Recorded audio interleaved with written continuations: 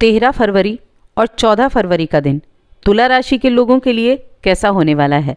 जय माता दी दोस्तों, आप सभी का स्वागत है हमारे YouTube चैनल में। आज की इस वीडियो में मैं बात करने वाली हूँ इन 2 दिनों के तुला राशि फल के बारे में।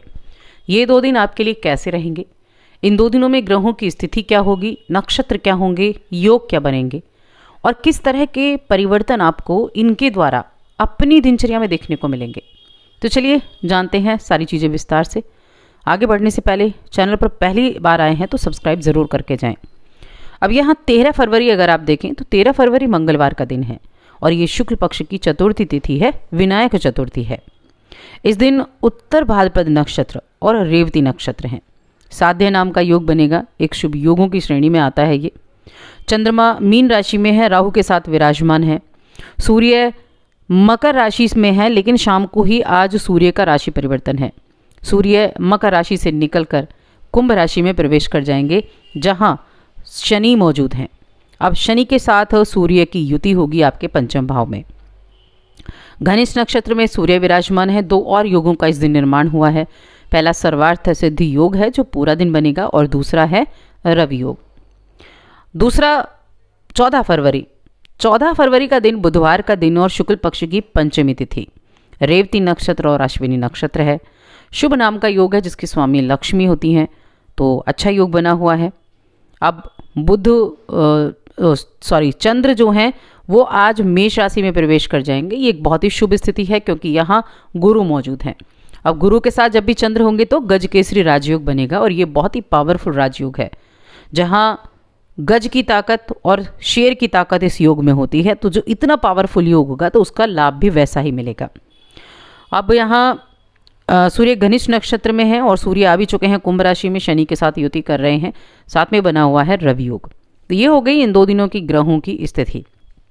अब ये कैसे आपको प्रभाव डालेंगे, क्या आप उपाय कर सकते हैं, क्या आपके लिए शुभ रंग रहेगा, क्या आपके लिए शुभ समय रहेगा। तो पहले 13 फरवरी के ही बारे में जान लेते हैं। 13 फरवरी स्वास्थ्य के लिहाज से अच्छा है, ऐसी कोई स्वास्थ्य संबंधी परेशानियां नहीं दिख रही है।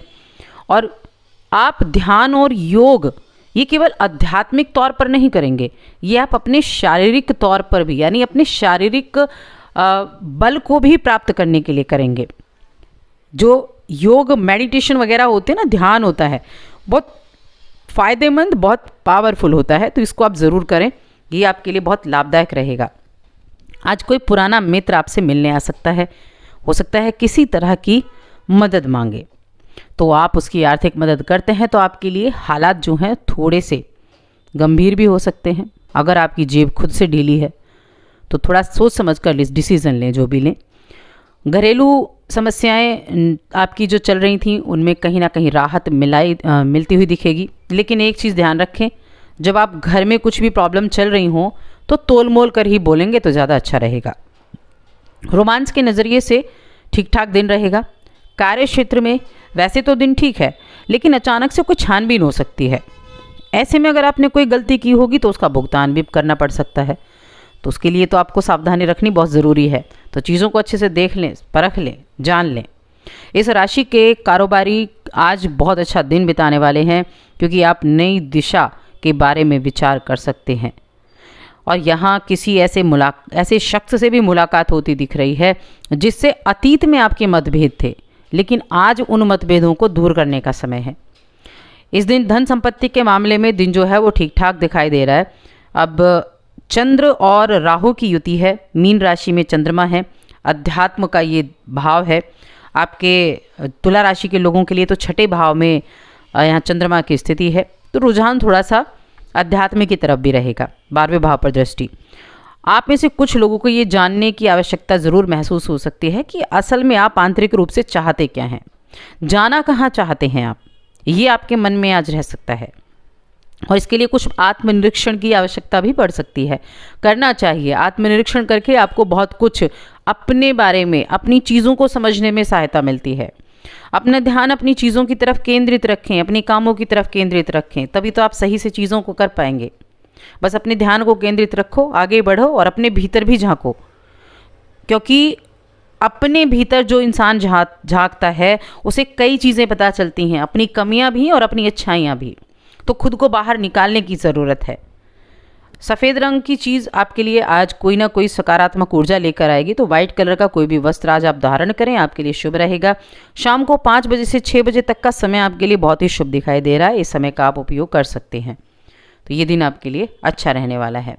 चलिए अब 14 फरवरी की बात कर लेते हैं। 14 फरवरी वैसे वैलेंटाइन का दिन भी है। प्रेम का महीना इस महीने को कहा जाता है और प्रेम का दिन इस दिन को कहा जाता है। वैसे तो सभी दिन प्रेम के होते हैं, लेकिन फिर भी वैलेंटाइन डे एक नियुक्त किया गया, तो यहाँ गजकेसरी राजयोग बना हुआ है और साथ में सूर्य और शनि भी एक साथ हो चुके हैं। तो एक तो आपकी जो चंद्रमा की स्थिति है वो सप्तम भाव में है। चंद्रमा सप्तम भाव में गजकेसरी राजयोग बना रहे हैं। बहुत ही उत्तम ये योग बना है। सप्तम भाव आपका किससे जुड़ा होता है? सप्तम भाव आपका पार्टनरशिप से है, दाम्पत्य जीवन से है, आपकी बॉन्डिंग से है। तो यहाँ सप्तम भाव आपको क्या करेगा? आपको एनर्जी देगा। चंद्रमा की स्थिति बहुत अच्छे रिजल्ट आपको देने का काम करेगी। बहुत शुभ स्थिति है, अच्छा योग है, गजकेसरी राजयोग बना हुआ है।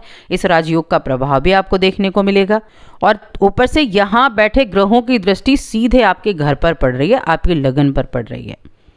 सप्तम भाव से आपके लगन पर, तो बड़े रोमांटिक आज आप रहने वाले हैं। दाम्पत्य जीवन में भी आज बड़ा रोमांस आपके अंदर छाया रहेगा। अपने साथी के प्रति काफ़ी ज़्यादा आकर्षित होंगे और अगर आपके पास कोई तकनीकी योग्यता है तो आज आप कुछ बदलाव भी कर सकते हैं। आज ऑफिस में भी आप अपने बॉस से कुछ बातें कर सकते हैं, जो आप कुछ चाहते हो अपने काम में इन्वॉल्व कराना, कुछ ऐसी बातें कर सकते हैं। एक चीज़ हमेशा याद रखें, नेगेटिव चीज़ें अपने माइंड में कम लाएं। नेगेटिव चीज़ें अगर माइंड में ज़्यादा लाएंगे तब प्रॉब्लम हो सकती है।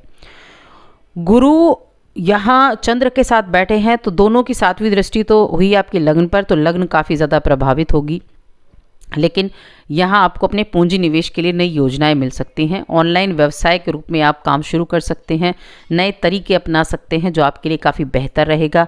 और ये आपको ज़रूर सुनिश्चित करना है कि जो आप कर रहे हैं आपको उसकी जानकारी पूरी है या नहीं, क्योंकि जो चुनौतियाँ आएंगी उनसे भी आपको लड़ना है। जब आप कोई कार्य कर रहे हैं तो आपको एक ज्ञात होना चाहिए कि जिस सोच को आप लेकर चल रहे हैं, जो आपको आर्थिक फ़ायदे दिलाने वाले हैं, उसकी हर एक चीज़ पर आपकी पकड़ होनी चाहिए।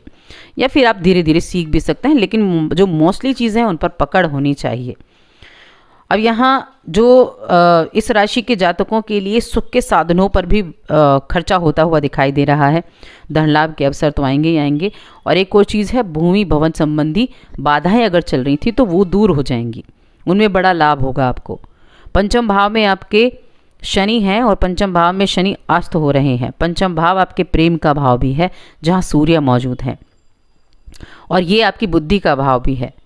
तो यहाँ रोज़गार के भी अवसर मिलेंगे, परीक्षा, साक्षात्कार, इनमें भी सफलता मिलेगी। इंटरव्यू के लिए आप जा सकते हैं, आपको एग्ज़ाम देते हैं उसमें अच्छा रिजल्ट मिलेगा, भाग्य का साथ भी रहेगा। और हाँ, शेयर मार्केट से जुड़े हैं तो शेयर मार्केट वाले लोगों के लिए भी लाभदायक स्थितियां बनेंगी। तो दोस्तों, और अधिक ऐसी जानकारियों के लिए चैनल को सब्सक्राइब करें, वीडियो को लाइक और शेयर करना ना भूलें।